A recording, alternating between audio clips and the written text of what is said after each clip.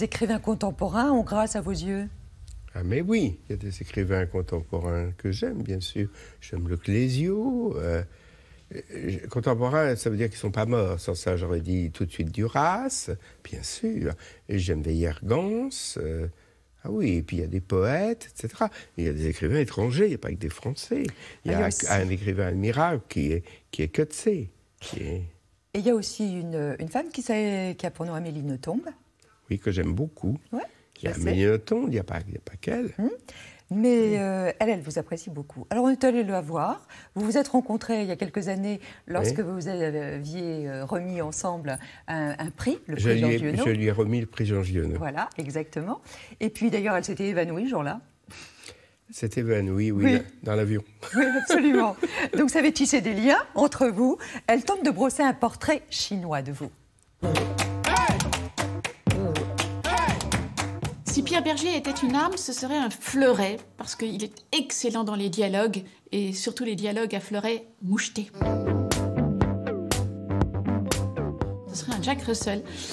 Pierre Bergé a une passion pour les chiens, et en particulier pour le Jack Russell, qui est un joli petit chien, mais quand on le connaît bien, il n'est pas que joli.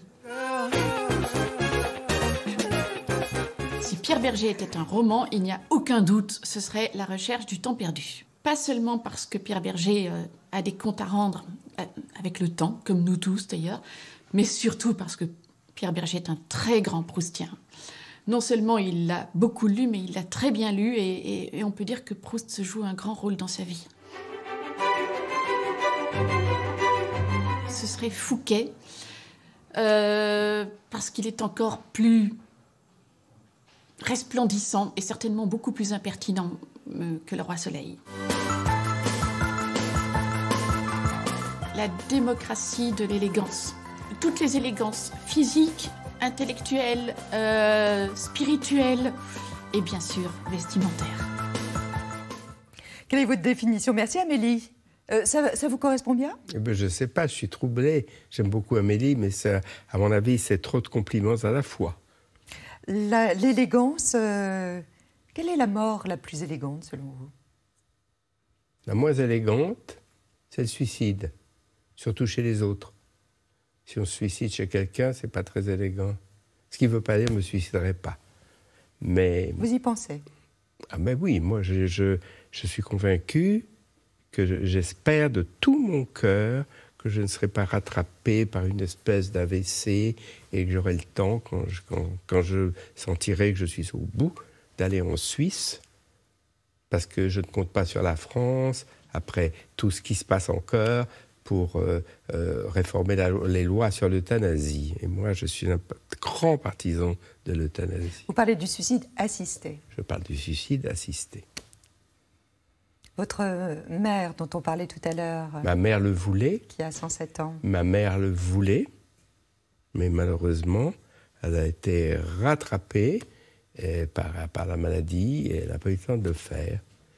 Mais la dernière vraie conversation que j'ai eue avec ma mère, parce que depuis, il n'a pas grande conversation, elle a tout à fait, elle me reconnaît, mais pas beaucoup, ça a été celle-là. Elle m'a dit, comme je suis triste de ne pas avoir pu me suicider. Et voilà. C'est une responsabilité que vous, en tant que fils, vous ne pouvez pas prendre. Je ne suis pas un assassin. Vous-même, vous avez pris des dispositions? Bien sûr. Bien sûr. On va célébrer les 20 ans du lycée d'action que vous avez créé avec Lynn Renaud, bien sûr. La maladie a régressé en 20 ans, mais le public aussi a régressé dans son intérêt pour cette maladie. Alors, comment resensibiliser les gens? D'une certaine manière régressé et d'une autre pas du tout. Non, la maladie n'a pas régressé. Le sida n'a pas régressé. On a trouvé des moyens pas de guérir, de soigner le malade. C'est ça le sujet. C'est les traitements qui ont évolué. C'est les traitements qui ont évolué. On soigne les malades, mais on ne les guérit pas. Donc c'est une histoire infernale. Ces médicaments doivent se prendre à vie. À vie. Alors, bien sûr qu'une démobilisation, pour toutes ces raisons. D'abord parce que cette histoire est trop longue. Elle est vraiment trop longue. Les malades en ont assez, évidemment. Les chercheurs sont peut-être un peu fatigués.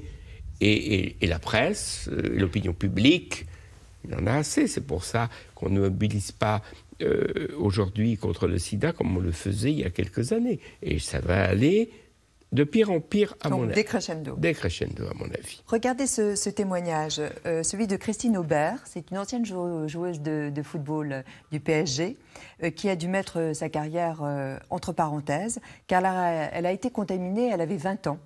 Dès son premier rapport sexuel.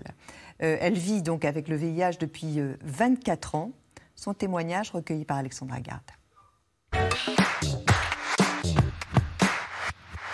Je suis une ancienne joueuse de football et j'ai été contaminée lors de mon premier rapport sexuel par le VIH en 1990. Le premier rapport, on ne sait jamais comment l'aborder, et puis encore moins avec un préservatif. Et le partenaire ne me l'a pas proposé, puis moi non plus. Donc quelque part, je suis autant fautive. Et malheureusement, ça peut être dramatique. Je l'ai appris après un bilan gynécologique que je faisais régulièrement. Et là, on m'a demandé d'approfondir certains tests. Et c'est là où le médecin m'a dit que mon test était positif. Alors à l'époque, positif, négatif, je ne savais pas ce que ça voulait dire. Et finalement, il m'a appris que j'étais séropositive. Et là... Là, j'ai dû faire avec cette annonce. Je me suis laissée aller en pensant que je pourrais plus faire de foot, que je pourrais plus avoir d'enfants, plus de vie familiale, que j'allais mourir tout simplement. Donc voilà, pour moi, c'était la fin et ça a été un gros choc. Ouais. J'ai pas voulu d'enfants, j'ai pas fondé de famille parce qu'à cette époque, pour moi, c'était hors de question que d'avoir des enfants, sachant pas ce que j'allais devenir moi-même, et puis la peur de contaminer l'autre. D'un point de vue physique, ce qui peut me gêner, c'est ce changement morphologique, parce que mon corps s'est masculinisé du fait que les traitements n'étaient pas forcément adaptés à la femme.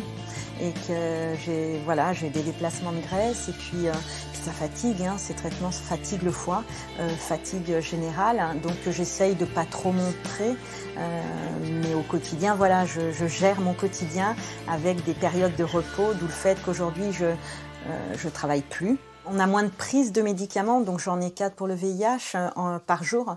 En revanche, à côté de ça, j'ai déclaré une maladie rare qui a entraîné une transplantation du foie. Donc j'ai maintenant des anti-rejets, des immunosuppresseurs à vie en plus, une autre maladie auto-immune, donc d'autres médicaments qui se rajoutent, de l'hypertension. Enfin voilà, ce quotidien, c'est celui-là avec la maladie. Donc les prises de sang, les bilans vont bien, tout va bien, le virus est bloqué. En revanche, il faut faire avec tous ces effets secondaires des traitements et du virus qui mute, qui change et qu'on a du mal à dompter, malheureusement. Aujourd'hui, je n'ai pas déclaré le sida, je suis que séropositive, même si j'ai été transplantée, même si j'ai toutes ces maladies qui se sont rajoutées. Voilà, c'est la vie, c'est ma vie au quotidien avec ce virus et je suis en vie, donc déjà, depuis 90, je suis contente. Contente d'être toujours en vie, c'est une battante. C'est bouleversant. C'est le plus beau document qu'on devrait montrer partout chez les jeunes, dans les écoles, dans les collèges et dans les lycées. Parce qu'elle l'a bien expliqué, son histoire. Elle avait 20 ans, elle n'a pas pensé à ça, puis on ne le faisait pas. Et c'est ça que je veux dire.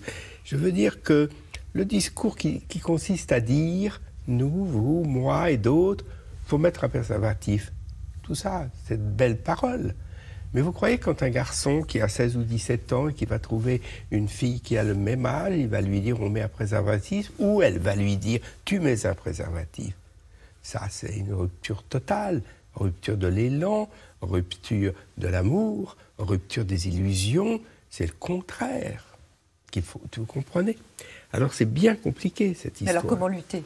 Je ne sais pas, en le disant, en le redisant, elle l'explique. Il n'y a que comme ça qu'on peut lutter, en disant c'est épouvantable, mais il faut mettre un préservatif. Mais je comprends qu'ils n'en mettent pas. Quand j'ai dit ça, je comprends que c'est... Vous le comprenez, vous le déplorez évidemment. Je le déplore complètement, mais je comprends ce qu'elle a dit. Et je comprends ce qui arrive à des garçons et des filles dans les premiers rapports sexuels. 150 000 personnes en France sont touchées par le virus et 50 000 l'ignorent. 50 000 l'ignorent. Bien sûr. Et ce qui est beau dans son témoignage, mais ça aussi, tout le monde devrait le voir, c'est qu'on les voit, les limites des traitements. Oui, elle est en vie. Oui, sida n'est pas déclaré. Oui, elle n'est que séropositive. Mais il s'est déclaré tellement de choses. Des maladies immunes, une grève du foie. Des effets secondaires. Les effets secondaires, vous l'avez vu. Elle est d'une dignité formidable. Je la connais d'ailleurs. Elle est d'une dignité formidable. Et ce qu'elle dit fait froid dans le dos. Fait froid dans le dos.